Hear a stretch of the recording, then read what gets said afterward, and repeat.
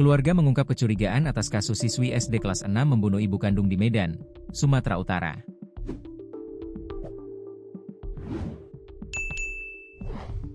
Keluarga masih tidak percaya jika siswi SD tersebut sebagai pelaku pembunuhan terhadap ibu kandungnya sendiri.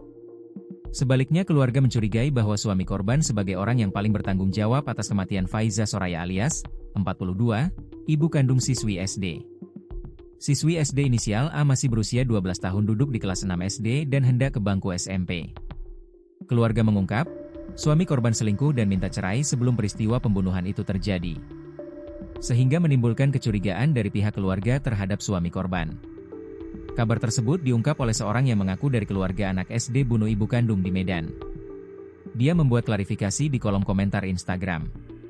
Dikutip dari tribun-medan.com, kabar heboh siswi SD membunuh ibu kandung terjadi di rumah yang ada di Jalan Dwi Kora, Kelurahan Tanjung Rejo, Kecamatan Medan Sunggal.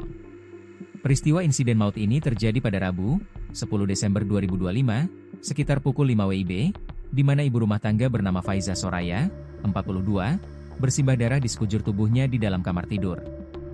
Sedangkan pelaku pembunuhan ialah seorang anak perempuan yakni anak kandungnya berinisial A, 12, masih duduk di bangku sekolah dasar, SD. Namun pengakuan dari keluarga korban, menyebut sang suami selingkuh dan minta cerai sebelum kejadian. Sehingga menaruh kecurigaan terhadap suami korban yang mengatur pembunuhan. Melalui akun Pakdebrewok 2122 membuat klarifikasi di kolom komentar Instagram Lambe Turah. Izin klarifikasi karena ini keluarga saya. Kejadian subuh pagi, diduga si adek bunuh mamanya.